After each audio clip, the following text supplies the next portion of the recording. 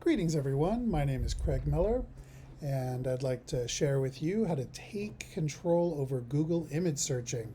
Now there's actually two parts to this. There's finding Google images and then there's obtaining Google images. This video is about finding the images. The obtaining is in a separate video, so take a look for that.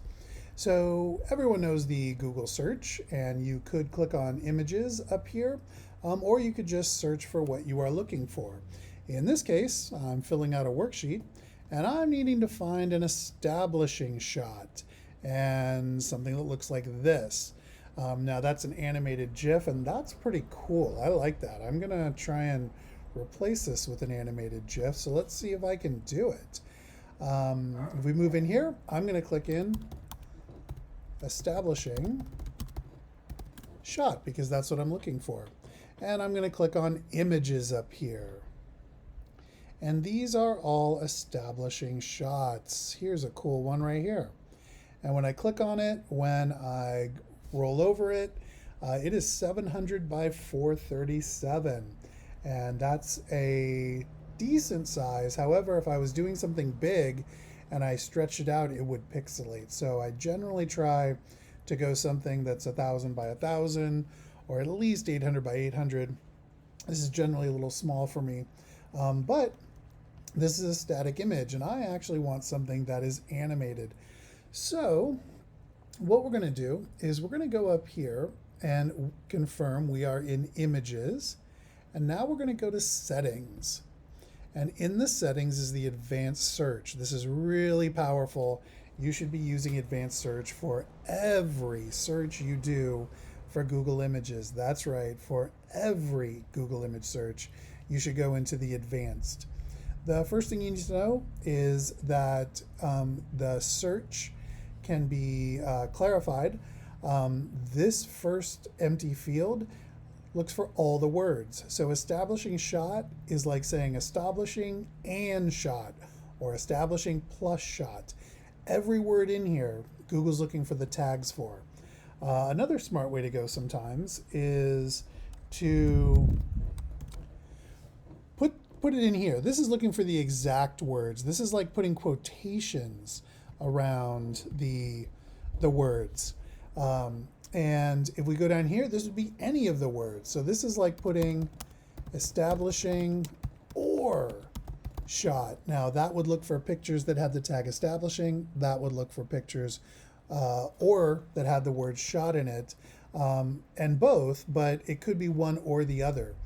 Also, you could say none of these words, which would be like putting establishing minus shot. Now we're looking for things that are tagged establishing, but without the word shot. Establishing anything without the word shot. Well, clearly I don't want the word shot removed, and clearly I don't want the word establishing without shot. And I will actually open it up to things beyond just establishing shot. So I'll get rid of that one too. All of these words, but there can be more added to it, and that it will be cool. Then we have our filters. We can narrow our results by size. Typically, most often you're going to want to come down here, larger than 1024 by 768. 800 by 600, that's really usually where the minimum of usage would be. The bigger the better, because you can stretch it out and it won't pixelate. You can always shrink it down and it'll still look good no matter how big you start. You can also adjust for the aspect ratio. If you need something vertical, that'd be tall. Square. Wide would be horizontal, and even panoramic. And panoramic and large go together. Now, for what I'm doing is I'm trying to find an establishing shot for cinema. So everything's going to be shown to me wide. I'm not even going to bother with that. We can change the colors.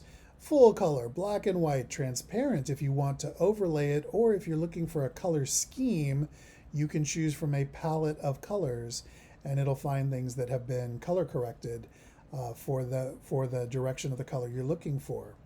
For the type of image, are you looking for faces or photographs or clip art like cartoons or line drawings like black and whites? Here we go. I'm looking for animated GIFs, so I'm going to select animated. And the region is where it is published from. So if you were doing research on Vietnam and pulling some pictures from there, you might set this to Vietnam so that it was authentically from that place. You may also say only search within specific domains like education or .gov, and that will target Google into specific locations, and it won't just pull from anywhere in the internet. It'll have to be behind certain domains. The safe search will remove out the explicit. Most of the time when you are at school, that's done automatically for you. There's format type. If you specifically needed a JPEG or a GIF or a PNG, you could select those and it won't show you anything else.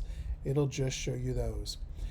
Finally is usage rights, and it's really important that we stop here for a moment and that you understand if you are using this for education within a classroom, only your teachers and classmates are going to see this, then you don't really have to worry about usage rights. As long as it's private, it's not going to be publicly put on the internet, don't worry about it.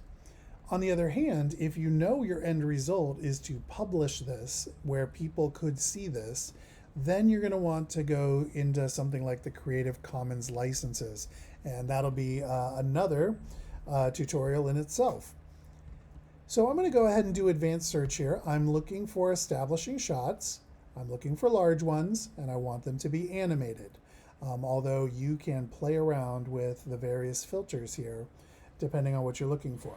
So I'm going to click my advanced search, and you'll see that all of these say GIF on them. These are all moving images. And I'm looking for that one that I initially found from the movie Lord of the Rings, and I'm not seeing it here. So it's possible that I'm just looking for things that are too big. Now remember, I'm actually going to put this into a fairly small space. So I could change the size of this to something smaller, and let's see if this will pop up for me and I can find it.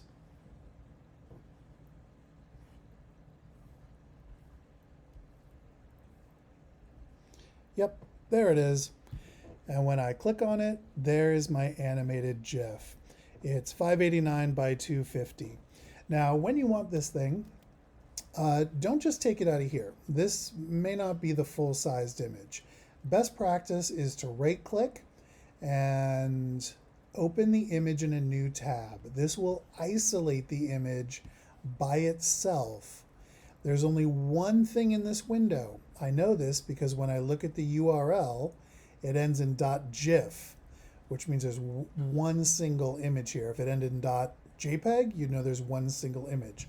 So I'm going to copy this address because this is the only thing here. And now I'm going to go back to my page. I'm going to replace this. I will insert an image, and I'm going to do it by the URL because I just copied the address. When I paste it in, it's moving, and when I insert it, it should be moving there once this loads. And there we go.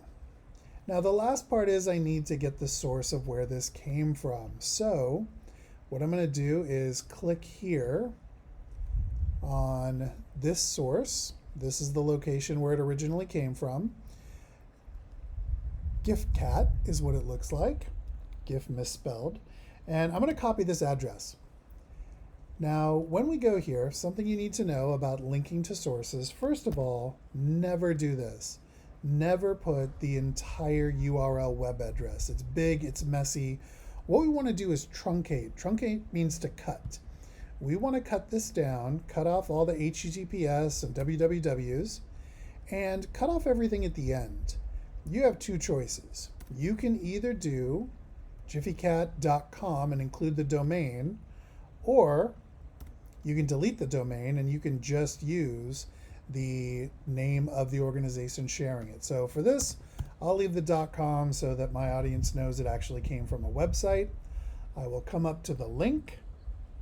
I will add the link in there, and then I will apply it. And what I've done is I've used the Google Advanced Image Search to narrow down the images on the internet to find exactly what I'm looking for.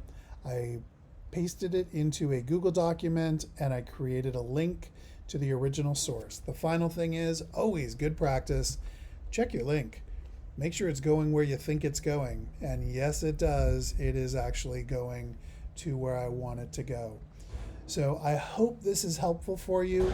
Please utilize these techniques, and thank you very much.